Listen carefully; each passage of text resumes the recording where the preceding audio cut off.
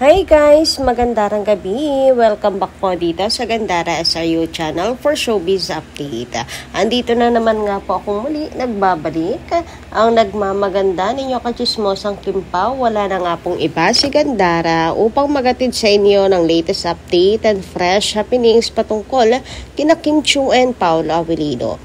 And para nga sa gabing ito, ang tatalakayin natin at mag-uusapan ay syempre ang PBB night dahil andyan present ka po si Kimi. So ito yung pinaka-update ngayon. Actually tahimik po ang Kimpaw. But Kim Chiu's update muna tayo sa gabing ito dahil abay talaga naman pong kumikinang rin si Kimi. Ngayong gabing ito, trending ba naman siya ngayon? Dahil sa kanya muling pagbabalik bilang host ng PBB, syempre, 'di ba? Hindi siya mawawala diyan, big night eh. But before that, sa mga di pa nakaka-subscribe dito sa ating channel, paki-click lang po tayo ng subscribe button at notification bell na nariyan sa baba para mag-updated po kayo at ma-notify tuwing may bago tayong chika at balita hinggil sa Kimpaw. Basta po mga balita na may kinalaman kina Kim Chiu and Paolo Avellino, sagot na natin 'yan. And tonight, eto na nga, grabe, trending nga po ngayon sa X, ang Kim Chiu at Big Night, at the Big Night. Ayan, dami po nag-aabang ng outfit ni Kimi, and dami nag-aabang ng pasabog ni Kim Chiu, etc. Ang daming gusto nang makita yung ayos ni Kimberly. Paniguradong pak na pak daw po't hindi magpapahuli ang ating Chinita Princess. And yes, syempre, bongga yan. Di naman po simpleng event lang ang PBB Big Night, di ba? And sino nga kaya ang magiging winner? Meron ba kayong bias din sa PBB? But anyway, ayan, focus tayo kay Kimi. So, ngayon nga po July 5, 2025, 9:15 po yung simula. So, magnanay naman na. Abangan na lang po natin. And short hair si Kimi ngayon. So, sana bongga talaga yung gown niya dito. Talagang inaabangan na po yan ng lahat. Ano kayang color ng susuotin ni Kim Chiu ngayong Big Night? And thank you so much dahil kasama nga si Kimi kahit napaka-busy niya, napaunlakan at na isingit pa rin niya talaga yung oras at panahon niya. Kasi syempre, di ba, nagtitaping siya, ganto ganyan. Pero, alangan nga namang kalimutan niya, di ba? Ang dahilan kung paano siya nakapasok sa industriya. Ito ang nagbukas ng pintuan sa kanya, nagbigay ng oportunidad para marating kung nasaan man siya naroroon ngayon. Kung ano man ang narating na kasikatan ni Kimi, ano man kataas na ng kanyang narating sa buhay. Dahil yan sa PBB, kaya hindi rin ako kapag nagtataka guys, hindi ako nagtataka kung siya ay ipagpapaliban anuman ang kanyang mga gawain. Ayan, kahit busy siya para pumunta sa Big Night ng PBB. Siyempre kahit naman ako, di ba? Talagang paglalaanan natin yan ng oras. May oras tayo parati dyan. Anyway, ayun nga. Good luck po pala sa mananalo sa PBB, And sino dito yung mga nanonood at taga-abang? Siyempre, pinaka-inaabangan natin, isa dito si Kim Chiu. Makikita ulit natin how she is bilang isang host, bilang isang napakagandang host. At diba? And marami tayong aabangan sa kanya. Siyempre, mga ganaps after, etc. Ganyan. O, baka may naghahanap dito kay Paolo Avellino, ha? Alam ko merong naghahanap. Lahat naman tayo naghahanap po ng ayudas. So, abang-abang na lang po tayo. Trending po ngayon si Kim Chiu. Congratulations. Maraming salamat din po sa lahat ng mga Team Online. Ayan, daig pa ni Kim Chiu ang big winner ulit. Big winner ulit ang peg lamang, dahil trending si Kimi. Dami talaga nag-aabang at naghahanap sa kanya. Kapag pagdating po ng Big Night, talagang isa si Kim Chiu sa hinahanap na host dyan. Siyempre, lahat pati nga performance hinahanapan si Kim, pero usually host na nga lamang siya. Alam niyo na, ayan, daming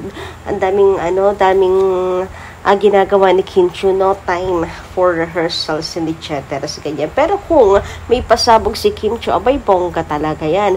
Abay hindi ko na talaga lubos maisip kung saan kumukuha at humuhugot ng time at energy itong si Kim Chiu. Sobrang busy. Wala na talagang pahinga. Wonder Woman lang ang peg. Totoo yung sinasabi, chismis si Kim Chiu talagang walang kapaguran. Napakasipag sa trabaho. Kaya ano man yung mga nare-receive niya, guys, super deserve po niya yun. Ano man yung nare-receive niya ng mga blessings. Ang dami nagsasabi na ano talaga yan ni Kimi deserve. Kasi yan yung taong walang pahinga talaga. Talagang napakasipag. Laging hanggat may oras siya, talagang gagamitin niya yun to work.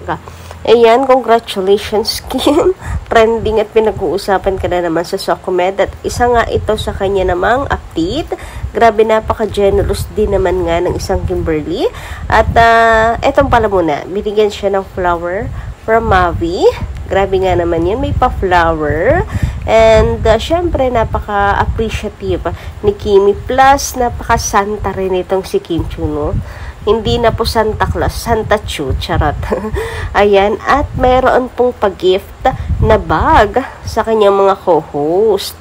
Syempre, hindi mawawala si Ma'am Shimelay. Meron yan, si Mika, di ba? And mapapasana all ka na lang talaga. Hindi, napakabait ni Kim Chiu. Grabe, napaka-sweet. Kaya dami nagmamahal dyan. Sobra talaga. And naka-receive din siya ng gift from Gabi. Napaka-sweet na si Gabi Garcia. And syempre, napakaganda rin. Diba? Na, alam mo, papasalamat ako kasi si Kim napapaligiran po ng mga mabubuting tao talaga. Syempre, yun din naman ang ma-attract niya. Kasi yun siya mabuting tao siya. Kaya ma-attract niya rin mga tao. Syempre, sa paligid niya, yung mababait din. Parang yung mga chismosa lang na-attract nila kapwa nila chismosa. Charot. Samantala, sabi naman guys dito ni Madam Mary Rose David, ikakasal na si Pao kay Sofia Andres dyan sa teleserye ng The Alibay. Ay, oo nga, nandyan si Sofia. Akala ko kasi ano siya dyan, parang mga best friend role, ganyan, etc. Pero may pagka-contrabid. Mataray din kasi ang mukha ni Sofia Andres. So, malaman natin kung siya ay kakasal kay Pao. Uy, ba't may paganon? Di ba, investigador tong si Paolo Avellino? Uy, grabe na. Sa mga cast pa lang, mangangapa ka na. Ano yung magiging role nila dito, yung gagampanan nilang role, anong character ang kanilang gagampanan dito. Sobrang nakaka-excite ang The Alibay. Uy, naku, sana mas mapabilis pa po yung kanilang ginagawang shoot, taping, para mapanood na natin agad-agad. Uy, excited lang ang peg. Pero, yes, isa ako sa super excited na mapanood po ang The Alibay. Syempre, yung kwento nila, sobrang sobrang nakaka-intriga.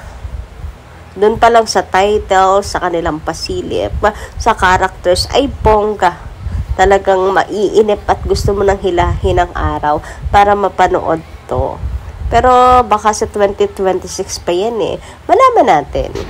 Sabi naman sa komento, sabi naman ni Madam Violeta Bundok sa kanyang komento, di ba si Sam Melby, yung daw siya, parang si Piolo ang situation niya. Nahiya pa kayo, Madam Violeta, pero sa totoo lang hindi ko po alam ang Violeta Bundok. Kasi nakakulong naman ako sa Kimpaw kumbaga kaunti lang yung knowledge ko about other artists. Pero about kay Sam, hindi na ako nakikichika tungkol sa kanya. So, hindi ko alam kung ganun din siya sa situation ni Piolo or ano pa man. Pero ang dami nang na-link din sa kanya. Dami na rin naging jowa bells ba? Parang ganon. Ewan ko, pero wag na nating i-issue. Kasi, bakit pa kailangan nating i-issue? Kahit naman wala siyang issue ganyan. For sure naman walang sila ni Kim Chiu and walang magiging sila. Or hindi naman niya siguro tataluhin si Paolo Avellino. Kasi, alam mo yung ramdam din naman niya kung bro code ba. Kapag ramdam na niya na may something si Paolo kay Kim, iwas-iwas na, parang ganon. Bro code ba kung tawagin. alam naman na niya siguro yun. Hindi na kailangan pang ispilingin sa kanya. So, para tahimik lang din yung buhay natin, di ba? Huwag na natin siyang guluhin. Huwag na nating alamin pa ano yung sa personalidad niya.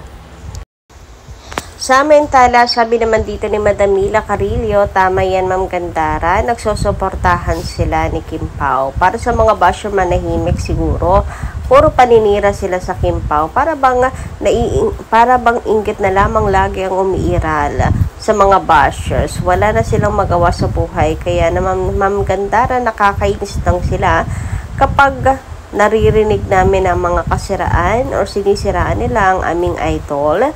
Talagang iniiwasan ko na lamang basahin Ma'am Gandara. Huwag na natin pansinin ang basher. Basta masaya ang Kim Pao, masaya na rin kaming mga fans.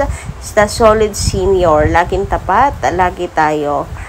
Good luck, love always fans. Solid Kim Pao.